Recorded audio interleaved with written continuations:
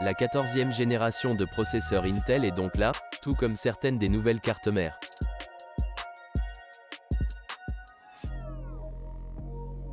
Et il n'y a pas de nouveau chipset car, comme vous pouvez le voir, il s'agit toujours du Z790, mais ils sont toujours nouveaux et certaines choses sont nouvelles, ce que nous n'avons jamais vu auparavant.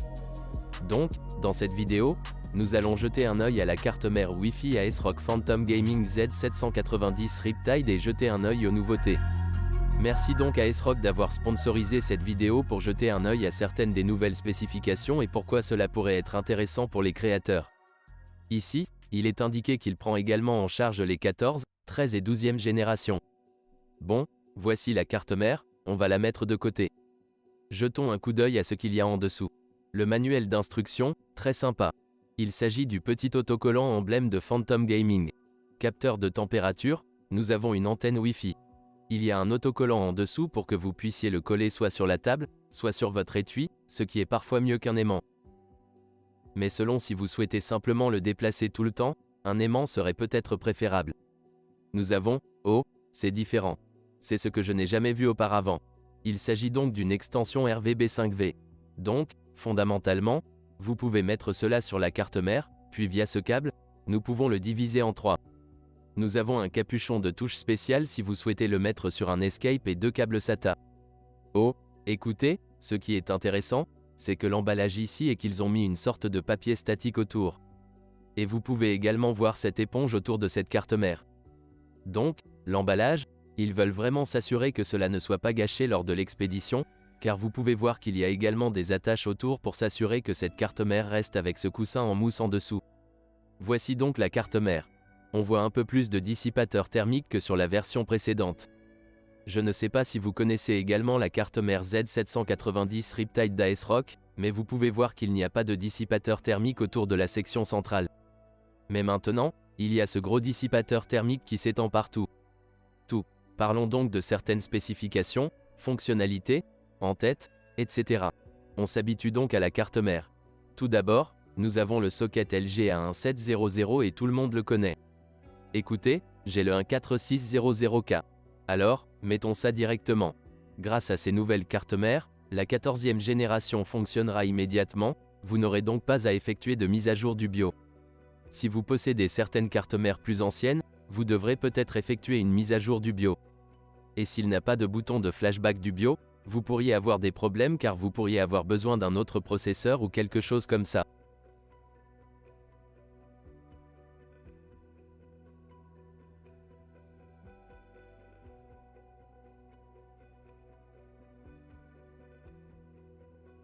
Donc, si vous utilisez quelque chose comme l'amélioration multicœur et que vous voulez tirer le maximum de puissance de votre processeur, vous voulez une bonne conception VRM. Ensuite de ce côté, nous avons un emplacement RAM DDR5. Donc, ceci s'ouvre également des deux côtés, ce que je préfère en fait. Je n'aime pas ceux où on ne l'ouvre pas que d'un côté. Cela n'entre pas aussi bien. Cela prend en charge jusqu'à 192 Go. Il n'est donc pas surprenant que nous disposions désormais de modules DIMM de 48 Go. Ainsi, en tant que créateur, vous pouvez en mettre 4 et obtenir jusqu'à 192 Go, ce qui est incroyable d'avoir autant de support sur une 14e, 12e et 13e génération également. Mais la 14e génération prendra très probablement en charge les meilleures vitesses et les vitesses plus rapides. C'est pourquoi ce sera incroyable. Maintenant que la 14e génération dispose d'un très bon IMC, vous souhaiterez peut-être utiliser votre RAM très rapidement. Et pour cette raison, ils utilisent un PCB à 8 couches pour la carte mère afin de vous offrir un meilleur octram. Jetons maintenant un coup d'œil à certains des en-têtes. En termes d'alimentation, nous avons deux connecteurs Z. Tous deux à 8 broches plus 8 broches. Et puis nous avons le connecteur d'alimentation ATX 24 broches sur le côté. Pas de connecteur d'alimentation supplémentaire, ce qui est appréciable. Jetons donc un coup d'œil aux en-têtes des ventilateurs. Il y a un en-tête de ventilateur CPU. Certains autres les appellent CPU facultatif, mais voici celui du CPU, le ventilateur du CPU2. Ensuite, nous avons un ventilateur de châssis là-bas, un autre ici, puis un ici et un autre caché juste là-bas. Donc 7 en tout. Ensuite, ce que nous pouvons voir en haut, c'est le RVB adressable. Nous avons donc deux connecteurs 5V en haut, puis un autre 12V en bas ici. Ici nous avons des petites LED pour le démarrage. C'est donc utile pour le post-processus. Ensuite, nous avons quelques en-têtes USB sur le panneau avant. Celui-ci ici est un en-tête de panneau avant USB de type C prenant en charge une vitesse allant jusqu'à 20 gigabits par seconde. Il s'agit donc d'emplacement USB 3.2 Gen 2X2.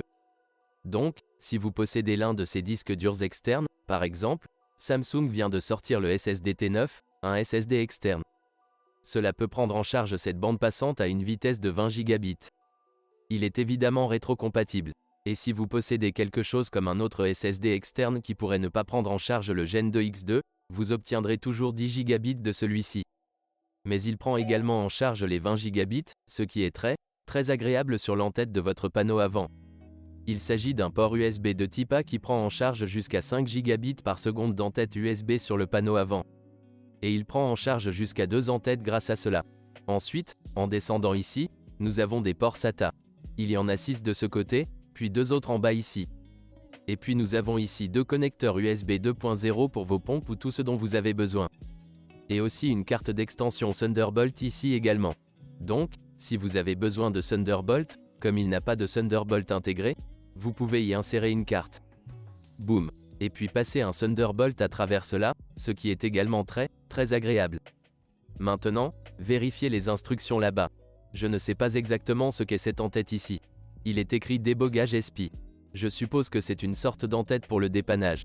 Mais je ne sais pas exactement car ce n'est pas mentionné sur la carte mère. Ensuite, nous avons le SPI TPM. Entête de plateforme donc fiable ici, même si les processeurs réels l'ont intégré.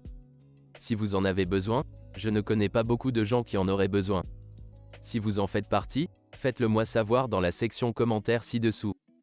Et puis nous avons ici les entêtes du panneau avant.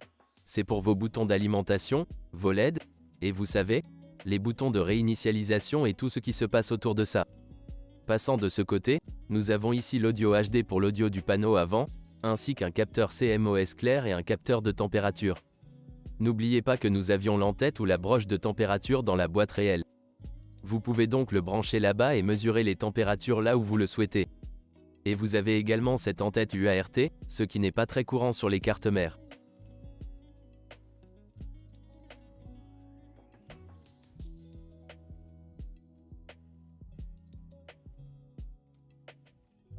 Vous pouvez y entrer. Et ce qui est intéressant, c'est que cet emplacement supérieur est un emplacement Gen 5X5. Vous pouvez donc brancher votre disque Gen 5. Voici donc Adata Legend 970. Je devrais retirer ce petit dongle simplement parce que j'ai un dissipateur thermique en bas et il ne me permet pas de le faire. Mais vous pouvez simplement supprimer cela. Mais si vous disposez d'un véritable SSD sans dissipateur thermique, vous pouvez utiliser cette perche à l'intérieur, puis l'y glisser. Donc, si vous prenez un disque non Gen 5 comme un Solidigm P44 Pro, qui est l'un de mes disques préférés, mais que vous le branchez là, faites-le glisser. Et puis, comme vous pouvez le voir, vous retirez cet autocollant pour votre dissipateur thermique et vous l'insérez là-dedans. Boum. Aucun outil. C'est très cool. J'aime beaucoup ça. Ensuite, pour le prochain dissipateur thermique, nous avons besoin de vis. Et ce que j'aime déjà avec ces dissipateurs thermiques, c'est que vous n'allez pas perdre les vis car les vis resteront avec le dissipateur thermique, ce qui est très agréable. Comme vous pouvez le voir, nous avons des coussinets thermiques en haut pour la fente inférieure. Et ici aussi, pareil. Au total, comme vous pouvez le constater, nous disposons de 5 emplacements Monsieur 2. Voici maintenant la très bonne nouvelle. Tous ces SSD Monsieur 2 prennent en charge PCIe Gen 4X4. Vous pouvez ainsi obtenir des vitesses Gen 4 complètes et vous ne perdrez aucune bande passante dans chacun d'eux. Il n'y a qu'un seul commutateur sur cette carte mère, qui se trouve à l'avant sur le SSD supérieur, qui est ici l'emplacement SSD Gen 5, le Monsieur 2. Lorsque vous y branchez votre SSD Gen 5 et de même avec la Gen 4, si vous y branchez votre disque, cet emplacement PCA ici commencera à fonctionner avec une bande passante X8. Ce sera désormais la bande passante X8 du PCA Gen 5. Mais si vous avez une carte graphique, par exemple, la carte graphique sera X16 et elle ne pourra pas simplement passer du X16 Gen 4 au X8 Gen 5, ce qui, vous le savez, serait essentiellement le même. Ainsi, votre carte graphique commencerait à fonctionner sur des voies X8 et serait de génération 4, simplement parce que nous n'avons pas encore de carte graphique de génération 5. Mais si vous n'avez pas de disque Gen 5, par exemple, ou si vous ne prévoyez pas de l'utiliser, je laisserai l'emplacement supérieur vide pour le moment, puis je remplirai d'abord ces emplacements inférieurs, car vous n'allez pas le faire. Perdre toute bande passante. L'emplacement avant ici ira au processeur, tout comme ceci ici. Donc, soit ce PC à Gen 5 complet à 16 emplacements sera transféré au processeur, soit si vous avez également le monsieur 2. Alors ce sera X4, puis ce sera X8 et ils iront tous les deux au CPU. Mais si vous laissez celui-ci désactivé, comme je l'ai dit, cela ira au processeur, puis ces trois éléments passeront par le chipset jusqu'au processeur, ce qui signifie que vous obtiendrez toute la bande passante. Donc pour les créateurs, c'est passionnant pour moi car j'ai beaucoup d'options et même des possibilités d'évolutivité à l'avenir. La vérité est que même si votre carte graphique fonctionne sur des voies PCI X8, cela ne fera pas beaucoup de différence.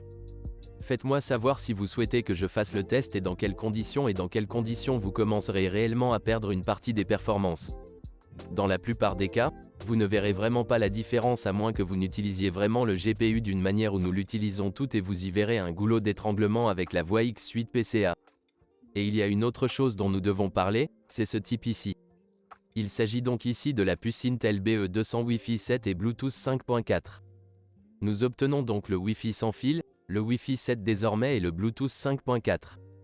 Et vous vous demandez peut-être, les Wi-Fi 6 et 6e ne suffisaient-ils pas réellement? Eh bien, voici la différence entre le Wi-Fi 6 et le Wi-Fi 7. Il existe le Wi-Fi 6 et le Wi-Fi 6e, qui ont fondamentalement exactement la même vitesse, mais le E, considérez le E comme une bande passante étendue ou une largeur de canaux étendue, car le E aura juste un peu plus de canaux à utiliser. Une sorte de poussée à travers cette bande passante Wi-Fi 6. Il y en a donc un peu plus. Droite. Wi-Fi 6 ou Wi-Fi 6e, la vitesse maximale était de 9,6 gigabits par seconde, ce qui est très rapide. Imaginez si vous disposez de l'un de ces ports USB-C, de port du panneau avant prenant en charge 10 gigabits ou de port arrière prenant en charge une bande passante de 10 gigabits, alors vous pouvez le faire. Sans fil via Wi-Fi 6. Désormais, le Wi-Fi 7 passe à un tout autre niveau.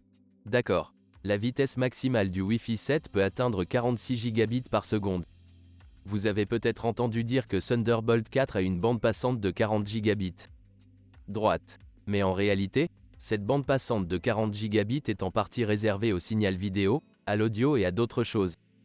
Ainsi, le transfert de données entre votre SSD, par exemple, ou votre appareil Thunderbolt, vous n'y verrez jamais une vitesse de 40 gigabits par seconde. Mais grâce au Wi-Fi 7, le maximum que vous pouvez obtenir est de 46 mégabits par seconde. Voici maintenant pourquoi, en tant que créateur, je suis vraiment très excité. Maintenant à cause de ça. Et disons que vous disposez également d'un commutateur de rotor Wi-Fi 7 ou que votre routeur prend également en charge un port de 10 gigabits, ce que le mien fait réellement. Mais ce n'est que le Wi-Fi 6. Vous savez, le rotor là-bas. Maintenant, nous pouvons soudainement obtenir ces vitesses ultra rapides du NAS vers votre PC sans fil, ce qui est absolument insensé. Le Wi-Fi 7 rendra en quelque sorte le réseau 10 gigabits obsolète. Maintenant, je ne dis pas qu'il n'y a pas de place pour cela parce que les voyages à distance restent, vous savez, le problème là-bas. Mais désormais, grâce au Wi-Fi 7, nous obtenons une vitesse beaucoup plus rapide ainsi qu'une plus grande largeur de canal. Comment pouvons-nous transférer des données et tous les canaux également étendus à partir du Wi-Fi 6? Ce Wi-Fi 7 utilisera donc le 2456 et il est augmenté à une bande passante de canal de 320 MHz. C'est donc un peu geek. Mais fondamentalement, le Wi-Fi 7 signifie qu'il est plus rapide, meilleur et plus grand. C'est juste comme ça. Je suis super excité à ce sujet. Et c'est vraiment un grand pas en avant par rapport à la génération précédente, comme par rapport à la 5.4, la 5.6. Regarde ça. C'est une énorme augmentation. La carte mère n'est donc pas encore terminée. Laissez-moi d'abord faire l'IO, puis nous parlerons d'une autre petite partie secrète, qui est également super excitante. Donc ce que l'on peut voir sur les IO de la carte mère, nous avons une sortie HDMI et DisplayPort. Voilà pour vos graphiques intégrés. Ensuite, nous avons deux entêtes USB 2.0. C'est là que je brancherai mes claviers, mes souris, mes récepteurs sans fil, etc. Ensuite, nous avons des ports USB de type A, et ceux-ci sont très bien étiquetés ici. Cela fait donc 5 gigabits, ces deux ici, et ceux-ci font 10 gigabits. Maintenant, j'aurais aimé qu'ils soient colorés différemment. Alors peut-être que les 10 gigabits seraient rouges ou quelque chose comme ça. Mais mieux que rien. Ici, nous avons un port USB de type C 5 gigabits, puis un port LAN 2,5 gigabits, ce qui, si vous utilisez le Wi-Fi 7, n'est peut-être pas si excitant, mais reste bon pour, vous savez, une connexion solide et les connexions filaires sont toujours plus stables que le sans fil. Mais Wi-Fi 7, je suis toujours excité. Et puis certains ports audio, microphones, casques, ce dont vous avez besoin, certaines bases. Ensuite, ces deux ports jaunes, ce sont des ports USB 3.2 Gen 1, qui prennent en charge jusqu'à 5 gigabits par seconde, vous savez, des vitesses de transfert. Ok, une petite précision sur ces ports Lightning Gaming, qui en théorie, ne sont pas plus rapides que 5 gigabits par seconde. Et pour les créateurs, cela ne veut vraiment rien dire. Mais si vous êtes un joueur, ces ports utilisent en fait des contrôleurs dédiés, ils ne sont donc pas en espoir. Et il vous donnera, vous le savez, le signal le plus fluide et le meilleur pour votre souris et votre clavier. Si vous voulez la latence la plus faible ou moins de décalage possible. C'est pourquoi vous utiliseriez ces ports. Donc plutôt OKio. Mais vérifiez ceci. Il y a un autre port spécial de l'autre côté. Celui-ci ici. Permettez-moi de lire ceci correctement. Il s'agit essentiellement d'un connecteur de signal EDP, en tête EDP1. Et vous pourriez vous demander, qu'est-ce que c'est que ça? Ceci est un autre en-tête d'affichage. Donc, si vous possédez un périphérique prenant en charge les en-têtes de port d'affichage ou intégré, donc pas comme un port d'affichage, ce que vous verriez à l'arrière de la carte mère, ce type, mais comme l'un de ces câbles. Vous les avez peut-être vus sur des ordinateurs portables ou sur certains objets au design très fin. Très probablement, vous savez, certains appareils portables comme les commutateurs Nintendo et autres utiliseraient un type d'en-tête similaire à l'intérieur. L'appareil pour envoyer le signal à l'écran, qui doit être plat et très petit et de conception plutôt compacte. Il pourrait se demander, pourquoi est-ce là derrière, ici? Je pense que ce qui est très intéressant, c'est que vous avez peut-être vu certains de ces écrans et panneaux que nous pouvons désormais installer sur le boîtier du PC ou acheter des écrans externes pour toutes sortes d'endroits sur la vitrine. Ce qui est intéressant, c'est que vous pouvez maintenant le connecter et installer l'écran, par exemple, sur le boîtier de votre PC et faire passer les câbles en interne. Vous n'avez donc pas de câble sortant de l'arrière du PC, remontant à l'intérieur du PC ou trouvant une sorte de connexion étrange. Maintenant, c'est juste discrètement à l'arrière de la carte mère et vous pouvez réellement contrôler cette en-tête via Windows. Comme ceci, c'est juste l'en-tête d'affichage et vous verrez un autre en-tête que vous pouvez simplement avoir sur le boîtier de votre PC et afficher, vous savez, les informations sur votre matériel, par exemple, là-bas ou une sorte d'autre application, des films, peu importe ce que vous voulez vouloir. Mais cette en-tête, je pense que c'est très intéressant. Vous commencerez à les voir davantage sur certaines cartes mères. Parce que les en-têtes vont sortir de plus en plus, ce qui est très intéressant. Alors il y a quelques petites choses qui suscitent de l'enthousiasme. Pour moi, la chose la plus excitante est le Wi-Fi 7 et la manière dont nous allons le voir dans notre flux de travail. Parce que du coup, les fils ne sont plus si nécessaires. Si nous avons des routeurs et une connexion Wi-Fi 7, ce qui me passionne beaucoup, vous savez, une fois que nous serons arrivés à notre nouveau studio ou une fois que ce sera le cas, vous savez, nous pourrons y emménager. Toujours en préparation, juste pour que tu le saches, je me souviens de toi. Les gars, tous ceux qui ont soutenu ça. Mais une fois sur place, je n'aurai peut-être même plus toutes les connexions filaires partout. Je pourrais penser à la solution Wi-Fi 7 car je peux toujours obtenir une connexion ultra rapide entre mon NAS et le PC. Et je suis excité à ce sujet. Une dernière chose que j'ai oublié de mentionner, ce sont ces slots d'extension. Vous savez, le premier était composé de 16 voies de PCA Gen 5. Le second, même s'il fait toute la longueur du X16, ne contient que des emplacements PCA Gen 4X4. Donc pas X8. Et puis celui du bas est le slot PCA Gen 3X1.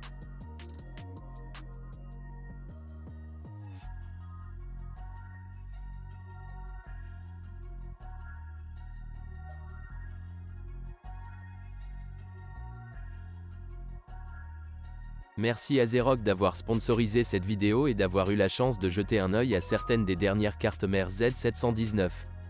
Je vous verrai dans la prochaine vidéo. Bye bye.